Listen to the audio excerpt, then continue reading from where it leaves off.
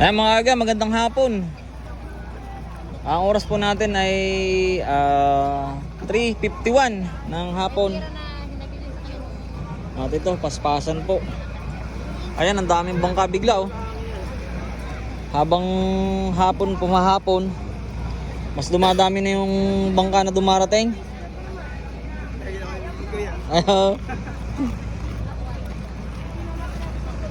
Kanina medyo kukunti pa yung bangka. Ilang piraso pa lang at ngayon nga po, itong hapon na, yan po ang kaganapan na. Ganyan na karami. Lahat po yan ay may mga dalang tuna. Ito mga bangka na ganito itsura na maliliit. At yun naman po sa dalawa na yan, yung malaki na yan, yung Natalia 1 saka yung Kirby 5 ay puro ano po ang laman yan, puro tulingan. Ayan po yung hinahakot nila oh. At syempre ang presyo po ng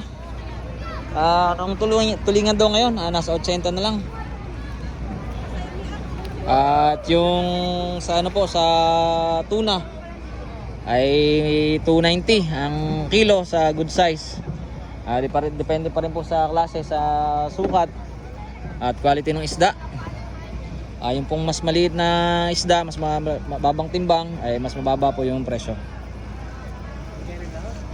Basta po ang presyohan ngayon ang pinakamataas po ay 290. Pababa na po yun, depende sa sukat at klase ng isda na ibebenta.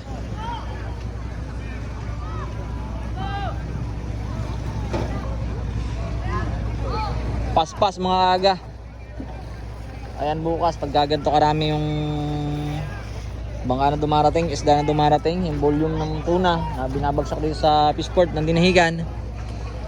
Ayan, sigurado na yan.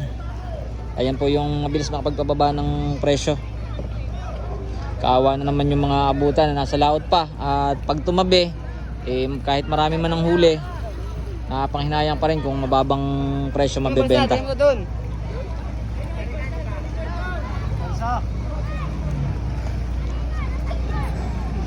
Balsa.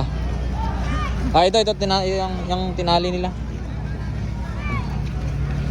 Doon sa kabilang bahagi mga agat, patuloy pa rin ang pagbababa ng mga tuna. Dahil pa rin nilang huli. Yun nga po yung bangkang Pro Brothers. Yung Pro Brothers na bangka, marami pong lamang tuna yan. At dito may bagong itong Yuk 2 at saka Yuk 1. Yuki 3. Yuki 2 at saka Yuki 3 ang magkasunod na dumating po. Magka-convoy sila. Magkasama silang pumundo, dumaong nila sa Dinahican Fishport. Hindi pa sila nag-uumpisang magbaba. Pero itong mga maliliit na nandito sa harapan ay katatapos lang magbaba ng tuna. Ayun, ang patuloy oh. Patuloy sa magbaba, kaya tara doon, punta natin.